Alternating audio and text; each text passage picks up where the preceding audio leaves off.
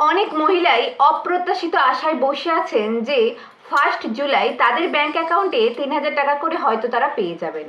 কিন্তু কারা কারা এই টাকাটা পাবেন না, সঠিকভাবে ফর্ম ফিল আপ করার পরেও কিন্তু তাদের অ্যাকাউন্টে এই টাকাগুলো ঢুকবে না। তার কারণ কি, সমস্ত কিছু নিয়ে বিস্তারিত আলোচনা করব। এই ভিডিওটা আপনারা শেষ পর্যন্ত দেখতে থাকুন। 1 জুলাই টাকা ঢোকার কথা ছিল অন্নপূর্ণা ভাণ্ডারের, কিন্তু অনেক মহিলাই এই টাকা পাবেন না।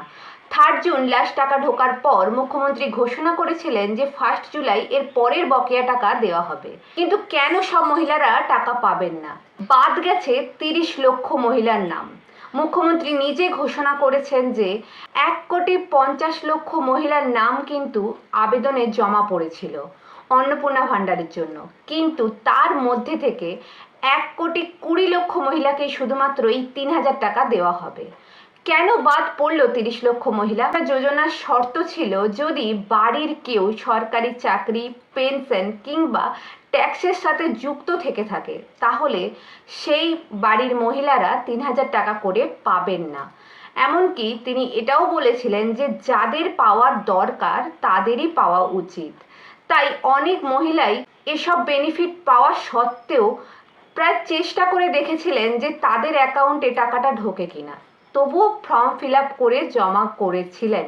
তো সেখান থেকে স্কুটনির মাধ্যমে যারা এসব কারণ থাকা সত্ত্বেও অ্যাপ্লাই করে ফেলেছে তাদের নাম কিন্তু বাদ গেছে। এখান থেকে বোঝাই যাচ্ছে যে 30 লক্ষ মহিলা কিন্তু এই 3,000 টাকাটা পাবে না। তারা হয়তো ফর্ম সঠিকভাবেই ফিল আপ করেছে, ফর্মে হয়তো তাদের কোনো ভুল ত্রুটি নেই, কিন্তু স্ক্রুটিনির মাধ্যমে তাদের নাম বাদ গেছে। আবার কেউ যদি কোনো ভুল তথ্য দিয়ে থাকে, তার তথ্যের যদি কোনো গড়মিল হয়ে থাকে, তাহলেও কিন্তু এই অন্নপূর্ণা ভাণ্ডারের টাকা আপনারা 1 জুলাই পাবেন না। এই বিষয়গুলো যারা খেয়াল রাখেনি, ওখানে তো ভেরিফিকেশান চলছে, তাই ভেরিফিকেশানের মাধ্যমে যদি আপনার কোনো তথ্য ভুল প্রমাণিত হয় কিংবা আপনি যদি সরকারি এইসব প্রকল্পের আওতায় থেকে থাকেন, তাহলে কিন্তু আপনার টাকা পাওয়াটা একদমই সম্ভব নয়। তাই আপনারা দ্বিতীয়বার যদি অ্যাপ্লাইও করেন, আবারও যদি তখন আপনার সেই ভেরিফিকেশানটা ক্যান্সেল হয়, তাহলেও আপনারা এই টাকার সুবিধাটা পাবেন না। তাই প্রথমেই আমি বললাম, যারা ফর্ম ফিল আপ করেছেন তার সত্ত্বেও কিন্তু টাকা ঢুকবে না। এর কারণ ছিল এটাই, 30 লক্ষ মহিলার নাম বাদ গেছে। সেই মহিলার নামের মধ্যে হয়তো আপনিও থাকতে পারেন।